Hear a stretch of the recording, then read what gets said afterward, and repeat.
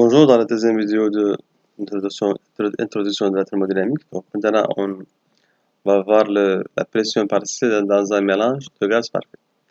Définition, donc la pression partielle PI en gaz I est la pression qu'il exerçait sur les parois des récipients de volume V s'il était celle dans ce récipient.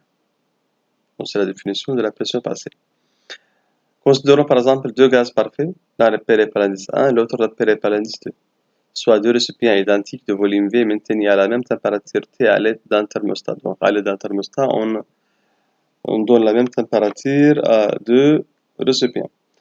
Dans une première expérience, on place le gaz 1 sel dans l'un des récipients et le gaz 2 sel dans l'autre récipient. Donc ça veut dire que le volume P dans le volume P1, c'est le volume partiel du gaz 1 et le volume P2, c'est le volume partiel du gaz 2.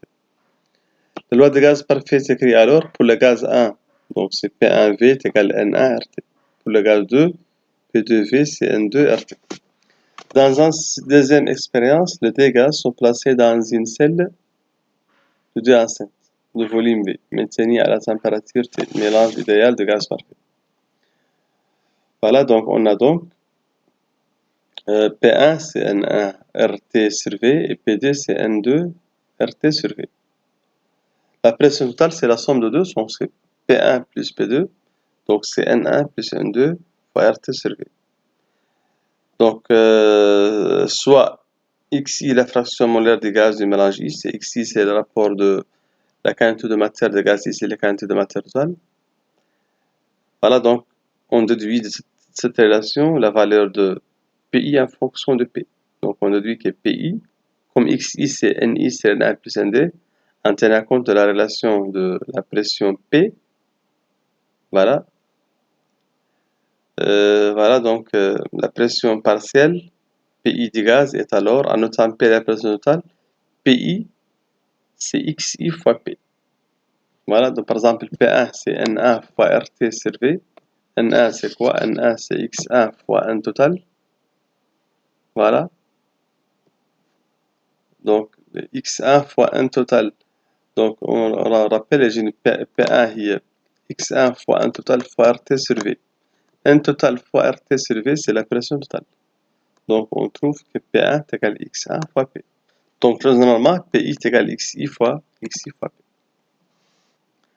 Modèle de gaz parfait monatomique, donc le diagramme d'Amaga, donc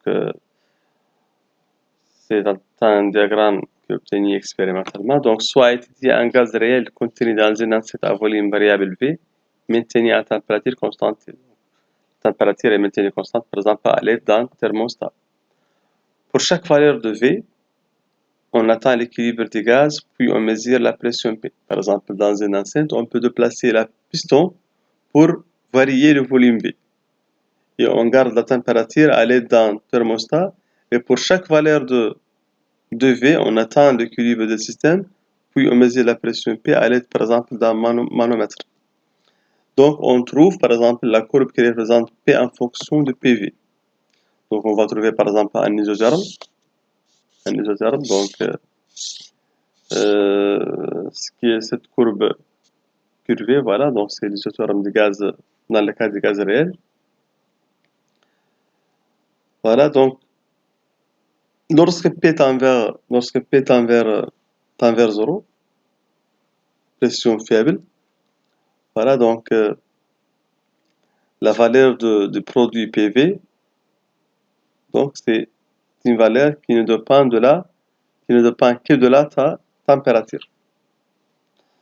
Donc, pour un gaz parfait, donc, cette valeur est proportionnelle à la température T. Cette température, on l'appelle la température absolue. Donc, cette valeur est égale à RT, avec R, une constante qui ne dépend pas de la nature du gaz. Qui ne dépend pas de la nature du gaz réel étudié. Voilà, donc par exemple, on peut donner une définition du gaz parfait. Par définition de la température obtenue, donc le gaz parfait, donc on a la limite de PV lorsque P tend vers 0 est égale R est égale RT. Avec R, une constante qui ne dépend pas de la nature du gaz réel étudié.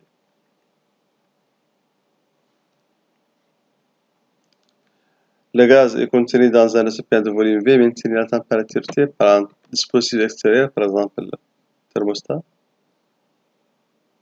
Voilà, donc on voit ici par exemple pour les différentes gaz réels. Ces courbes sont les diagrammes de d'Oméga. Pour le cas d'un gaz parfait, donc PV est égal à nRT, donc on trouve que le PV en fonction de P est une courbe horizontale. Pour le cas de gaz parfait, PV en fonction de P donne une courbe horizontale. C'est l'isotherme du gaz parfait, car ici on a supposé que la température T est constante. Donc PV égale à RT, ça veut dire que PV est une constante. En fonction bien sûr de P. Donc ici par exemple dans la figure, c'est le rapport PV sur NR en fonction de P pour différents gaz aux températures 300 Kelvin et température 400 Kelvin. Donc la valeur de la limite de PV, bien sûr, dépend de la température. Donc pour température 300, la limite c'est 300. Voilà. Pour 400, c'est la limite, c'est bon, proportionnel bien sûr à 400. Donc on a la limite PV sur NR est égale bien sûr T.